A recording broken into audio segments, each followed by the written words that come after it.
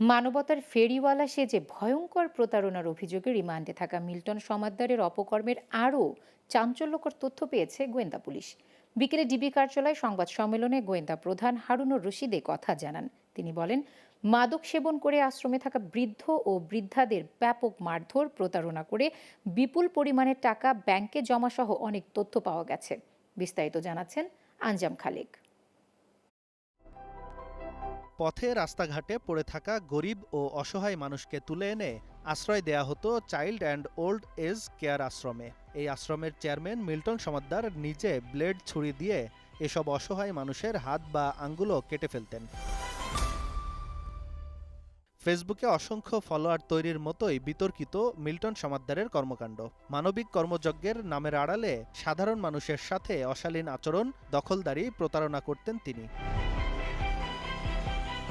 সম্প্রতি এসব অভিযোগে গ্রেফতার হওয়ায় এলাকায় মিষ্টি বিলিয়ে উল্লাস করেছেন ভুক্তভোগীরা। তুলে ধরেন তার বিভিন্ন বিতর্কিত কর্মকাণ্ডের ফিরিস্তি। তার কথার আচরণে বোঝা যায় যে একজন নব্য কসাই। আমরা তো তখন জিম্মি ছিলাম, ওর কাছে প্রশাসনের র্যাব 4-এর যে সিইও ছিল উনি আসতো, পুলিশের প্রধান আসতো, সবাই আসতো। কতগুলি লাঠি সোটা আবার পাইব আছে, যখন আমাদের রুমে নিয়ে গেছে আমার বাবার আর আমার হাজবেন্ডের তো মার দিতেই ছিল। বলার সাথে সাথে মায়েরা আমাদেরকে মৌমাছির মতন ওর কিছু বাহিনী আছে। কিছুদিন আগে এখানে দুইটা ছেলে কবুতর গেছে, কবুতর নিয়ে ওদের ভিতরে আটকায় দুইজনে দুমছে মারছে। গ্রেফতারের পর মিল্টন সমাদ্দারকে 2 দফায় রিমান্ডে নিয়ে প্রতারণা, দখলদারি, মানব পাচার সহ বিভিন্ন চাঞ্চল্যকর তথ্য পাওয়ার কথা জানায় গোয়েন্দা পুলিশ। তিনি যে বিভিন্ন জায়গা থেকে যে টাকা কামাচ্ছিলেন, এই টাকাগুলো তার অ্যাকাউন্টে জমাই হচ্ছিল, বাট সে কিন্তু কোনো টাকাই খরচ করছিলেন না, তাদেরকে চিকিৎসা সেবা দিচ্ছিলেন না, এবং সে কারণে তা আরও অনেক তথ্য আমরা পেয়েছি।